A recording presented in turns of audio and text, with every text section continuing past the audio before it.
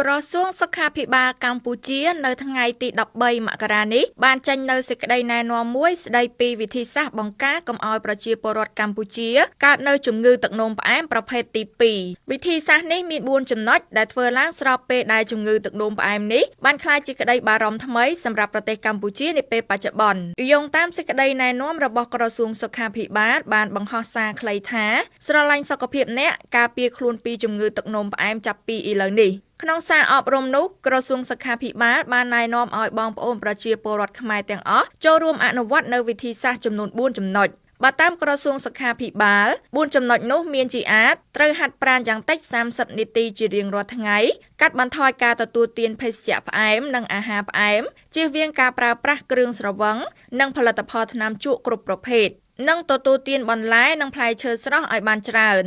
ជាការកត់សម្គាល់សេចក្តីណែនាំម្ដងហើយម្ដងទៀតរបស់ក្រសួងសុខាភិបាលកម្ពុជានៅពេលនេះគឺធ្វើឡើងខណៈពេលដែលបច្ចុប្បន្នសុខភាពរបស់ប្រជាជនកម្ពុជាបច្ចុប្បន្នកំពុងរងការវាយប្រហារដោយជំងឺទឹកនោមផ្អែមដោយបូករួមទាំងកុមារនិងយុវជនក៏ប្រឈមជាមួយនឹងជំងឺនេះដែរលោកសាស្ត្រាចារ្យឈៀងរ៉ារដ្ឋមន្ត្រីក្រសួងសុខាភិបាលបានអំពាវនាវដល់ប្រជាពលរដ្ឋកម្ពុជាត្រូវរួមគ្នាការពារកុំឲ្យកើតជំងឺទឹកនោមផ្អែមដោយចាប់ផ្ដើមពីឥរិយាបថរបបអាហារប្រចាំថ្ងៃរបស់ក្រុមគ្រួសារនីមួយៗសម្រាប់លោករដ្ឋមន្ត្រីកាលពីកម្ពុជាក្នុងសម័យសង្គ្រាមពលរដ្ឋពិការដោយគ្រាប់ផ្ទុះតែបច្ចុប្បន្ននេះពលរដ្ឋកម្ពុជាមួយចំនួនត្រូវពិការដោយជំងឺទឹកនោមផ្អែមដែលជាក្តីបារម្ភហើយត្រូវចូលរួមទប់ស្កាត់ជាបន្ទាន់